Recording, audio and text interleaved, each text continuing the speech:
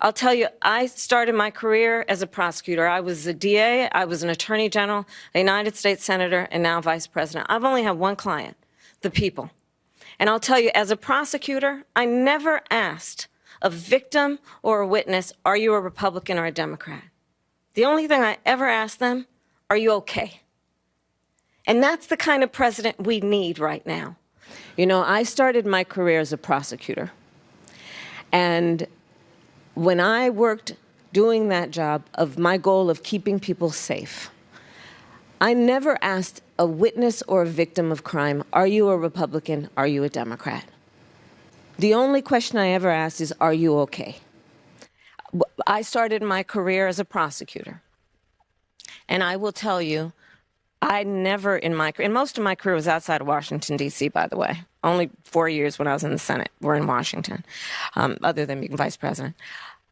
I have never, in my career as a prosecutor, asked a victim or a witness of a crime, are you a Democrat or a Republican? The only thing I've ever asked is, are you okay? But let me say this. So you mentioned, you know, my background. So I started my career as a prosecutor.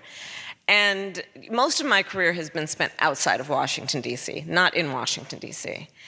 And for most of my career, let me just tell you, I never once asked a victim of crime, a witness, are you a Democrat or are you a Republican? Never. It would have even occurred to me to ask that. What I did ask everyone, are you okay? Madam Vice President, you know, everybody I talk to says, you know, I have to turn off the news. I can't read anything. I'm meditating. I'm doing yoga. I'm so anxious. I just don't even know. I'm eating gummies, all kinds of things, you know. What are you doing? What are you doing? Not eating gummies.